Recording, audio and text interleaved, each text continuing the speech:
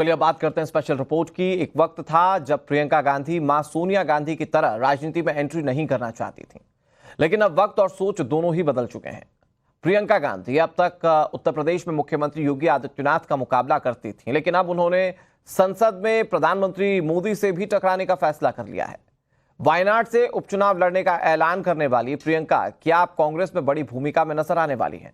अगर उपचुनाव जीत गई तो राह मुश्किल होगी या फिर आसान? इन सारे सवालों का जवाब हम आपको दिखाते हैं हमारे इस एक्सक्लूसिव रिपोर्ट में।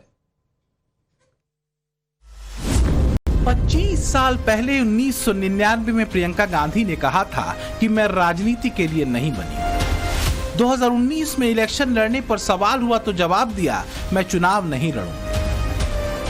2024 के चुनाव से पहले पार्टी से कहा, संसद में गांधी परिवार के 3 सदस्य हो जाएंगे तो परिवारवाद के आरोपों को बल मिलेगा।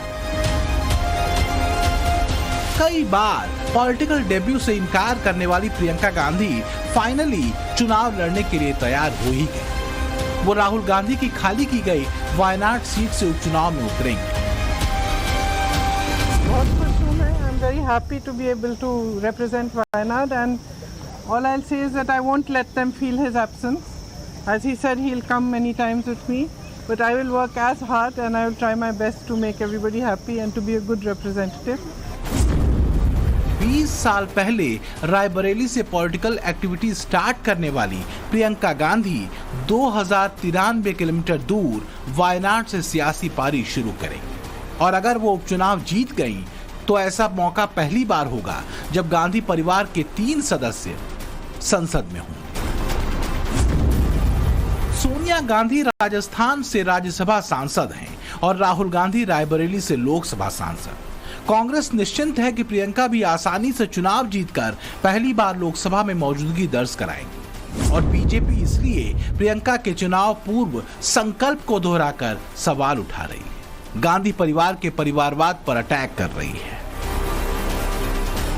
परिवार को केंद्र में रखकर सोचने वाले ये पार्टियां देश के स्वस्थ व मजबूत लोकतंत्र के सम्मान की इनसे कोई उम्मीद नहीं रखी जा सकती। पदों की गर्मा को ताक पर रखना ये कांग्रेस कल्चर बन गया है, जिसके पीछे गांधी नेहरू नहीं लिखा उसका ना पार्टी में सम्मान है, ना पार्टी के बाहर सम्मान है, ना परिवार उसे सम्मान से देखता है। कांग्रेस कोई पार्टी नहीं, एक पारिवारिक कंपनी है, ये तो आज सिद्ध हो गया। माताजी राज्यसभा में होंगी, बेटा जी लोकसभा की 1 सीट से होंगे और प्रियंका जी को लोकसभा की दूसरी सीट से, मतलब तीनों सदस्य सदन में होंगे। ये तो परिवारवाद का एक परिचय है ही। प्रियंका गांधी के खिलाफ कौन चुनाव लड़ेगा, वायनाड जीतना कितना आसान रहेगा, इस पर लेफ्ट पार्टियों ने मंथन शुरू कर दिया है। बीजेपी भी प्रियंका के सियासी आगाज में ब्रेकर लगाने पर विचार करने लगी है, लेकिन कुछ बड़े चैलेंज ऐसे हैं जिन्हें कांग्रेस भी हैंडल करने में जुट गई। प्रियंका गांधी के लिए दक्षिण भारत की पॉलिटिक्स एकदम नई है, क्योंकि वो उत्तर भारत में ही ज्यादा सक्रिय रही। रायबरेली में जिस तरह गांधी परिवार के लिए भावनात्मक सपोर्ट रहा है, क्या वायनाड में उसी तरह का इमोशनल दांव चला करेगा? हिंदी पट्टी राज्य में जो डिमांड प्रियंका गांधी की होती है, वैसा क्रेज फिलहाल साउथ में नहीं है। तो क्या प्रियंका कोई मैजिक कर पाएंगी? और फिर वायनाड से सांसद बन गई तो क्या रायबरेली और अमेठी को उतना वक्त दे पाएंगी? मेरी माँ का मंगलसूत्र इस देश को कुर्बान हुआ है और अगर मोदी जी मंगलसूत्र का महत्व समझते तो वो ऐसी अनैतिक बातें नहीं करते। कांग्रेस वायनाड को प्रियंका के लिए सेफ सीट मान रही है, लेकिन सवाल उसके बाद का है, क्योंकि प्रियंका गांधी यूपी में 20 साल तक एक्टिव रही हैं, लेकिन प्रियंका के नेतृत्व में कुछ भी अप्रत्याशित नहीं हुआ। 24 के चुनाव में अगर कांग्रेस को यूपी में 6 सीटें आई तो इसमें बड़ा क्रेडिट अखिलेश यादव का है, ना कि प्रियंका गांधी का। और ये बात राहुल गांधी अच्छी तरह से जानते हैं, इसलिए वो वायनाड छोड़ने के बाद भी वहां के दौरे करने पर जोर दे रहे हैं।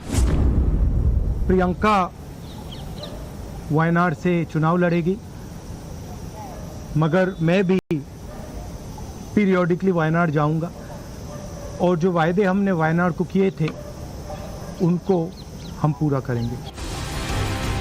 वैसे ये भी संयोग ही है कि प्रियंका जिस वक्त साउथ इंडिया की पॉलिटिक्स में एंट्री कर रही हैं, तब बीजेपी भी साउथ में मजबूती से अपनी मौजूदगी दर्ज करा रही है। वायनाड सीट जिस केरल में आती है वहां बीजेपी को 24 के चुनाव में 16.68% वोट मिले। पहली बार त्रिशूर सीट के जरिए बीजेपी ने केरल में अपना खाता भी खोला है और त्रिशूर से वायनाड की दूरी महज 180 किलोमीटर ठहरती है। बीजेपी की पॉलिटिक्स का सबसे बड़ा आधार रहा है राष्ट्रवाद, हिंदुत्व और सनातन। इन्हीं 3 फॉर्मूले को आधार बनाकर बीजेपी ने केरल में लोकसभा का चुनाव लड़ा और बहुत हद तक बीजेपी इसमें कामयाब भी रही। अब प्रियंका गांधी को फ्यूचर में बीजेपी के इसी फॉर्मूले से टकराना है। भावनाओं से इतर लेफ्ट की पॉलिटिक्स को भी प्रियंका गांधी को समझना होगा, तभी वो वायनाड में लंबी पारी खेलने में सक्षम होंगी। प्रियंका गांधी कैमरे पर भले ही खुद को नर्वस नहीं बता रही हूं, लेकिन उनकी लॉन्चिंग के लिए कांग्रेस कई लेयर की स्ट्रेटजी में जुटी है ताकि इफ एंड बट की कोई गुंजाइश न रहे। वायनाड से खाली सीट पे प्रियंका जी लड़ना चाहिए और इसीलिए हम पार्टी के ओर से और मेरे ओर से उनको धन्यवाद देता हूं कि हमारी बात को उन्होंने रखी है। इसमें कोई शक नहीं कि प्रियंका गांधी के बोलने का अंदाज और उनकी भाषा शैली कांग्रेस कार्यकर्ताओं में अपनेपन का भाव लाती है। इसलिए प्लान यही है कि संसद में भी मोदी सरकार को प्रियंका गांधी अपने सवालों से परेशान करें। इसी के तहत राहुल गांधी को लोकसभा नेता प्रतिपक्ष बनाने के लिए राजी किया जा रहा है। सूत्रों के मुताबिक प्रियंका गांधी इसके लिए राहुल गांधी से रिक्वेस्ट कर सकती है। कांग्रेस आलाकमान को यकीन है कि जिस तरह राहुल की बात को प्रियंका ने टाला नहीं, उसी तरह प्रियंका भी भाई को मना ही लेंगी।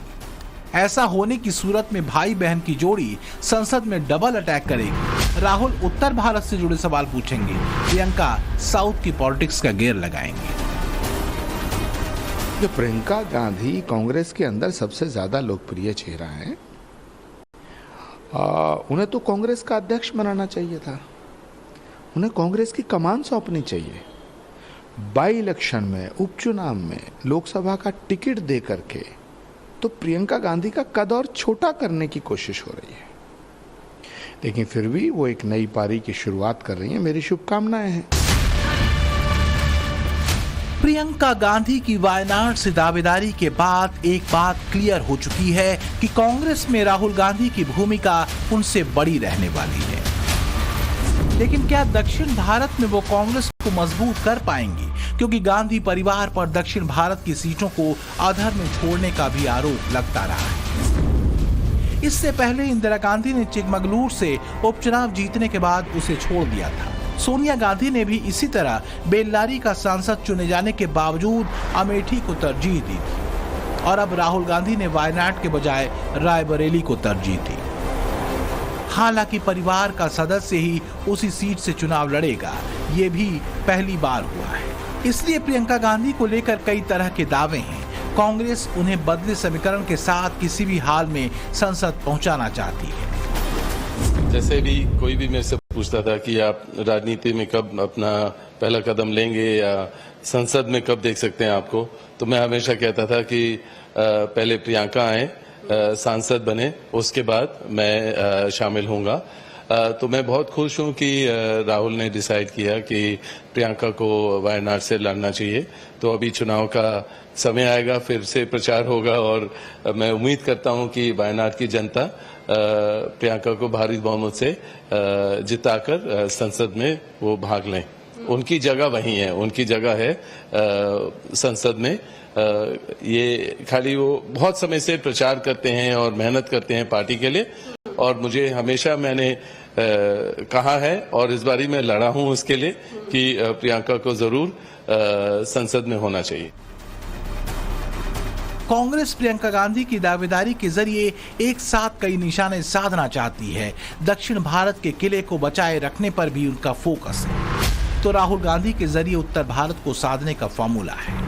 24 के चुनाव में कांग्रेस को जिस तरह यूपी में संजीवनी मिली है, उस मोमेंटम को किसी भी हाल में लूज करने के पक्ष में राहुल गांधी नहीं थे।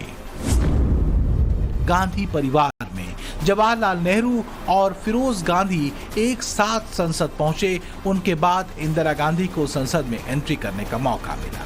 फिर संजय गांधी और राजीव गांधी ने लोकसभा चुनाव जीता। इसके बाद मेनका गांधी ने संसद में एंट्री की और उसके बाद सोनिया गांधी सांसद बनी। राहुल गांधी गांधी परिवार से संसद जाने वाले अगले सदस्य थे।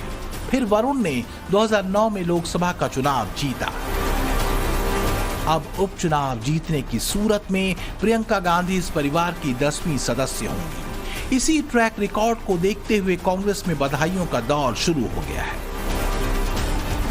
मैं तो बहुत वर्षों से चाहता था कि वो किसी भी हाउस में जाएं, तो मैं उसके लिए प्रयासरत था। मैं तो इस सिलेक्शन में भी प्रयासरत था कि वो लड़ें दोनों सीटों में से अमेठी, लेकिन ये बहुत मेरी दिली इच्छा जो है वो पूरी होने जा रही है। तो उन्होंने वायनाड को एक्सेप्ट किया और कांग्रेस पार्टी ने उनको वायनाड की सीट सौंपी। राहुल जी रायबरेली रहेंगे, ये और खुशी की बात है।